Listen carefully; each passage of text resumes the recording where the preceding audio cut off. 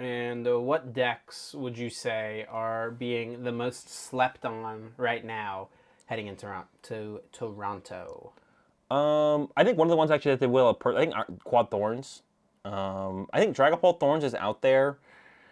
I think some people kind of just disregard it once they take a look at it. I think that's probably, I mean, incorrect. I think the deck's pretty good. But I think Quad Thorns. I think like Quad Thorns is always slept on though. Like when it is Sure. decent. Yeah. So like I think after Gdansk, two of them were in top 8, and nobody thought twice about Thorns. Oh, sure. Not only was there a Thorns in top 4 of Perth, but also Daichi chose to play it. Daichi was there as well in Perth, got top 16. But I don't think anyone's going to think twice about Thorns going into Toronto, right? No one's even thinking about the deck. It is a very low percentage meta deck, but I feel like Thorns, that would be like my deck to like put into that category of like this deck is better than people give it credit for. And it is fine to disregard these low percentage meta decks, but I think that gives an opportunity to actually play the deck and do well with it. So I think Thorns is in a pretty good spot right now. The deck that I think is kind of being slept on right now, pun intended, is Snorlax, to be honest. Stalling out here. Snorlax, I think, is going to have a tough Drago matchup, but like some of your other stuff, like, I mean, the Lugia matchup was always basically unwinnable, right?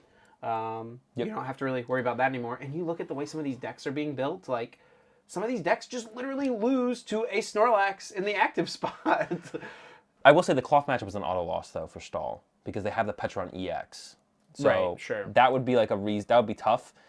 I think if you're feeling confident in your Drago matchup as Stall, then I would say Stall does sound pretty good right now. Because if you're taking out number 1 and number 2, even if you auto lose to number 3, I think you're okay with that. Yeah.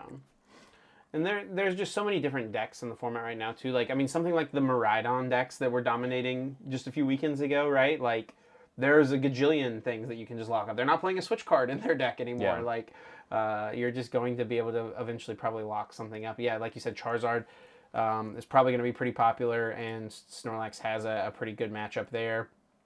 I think the Dragapult matchups are usually pretty tough for Stall, so maybe that could be an issue, right?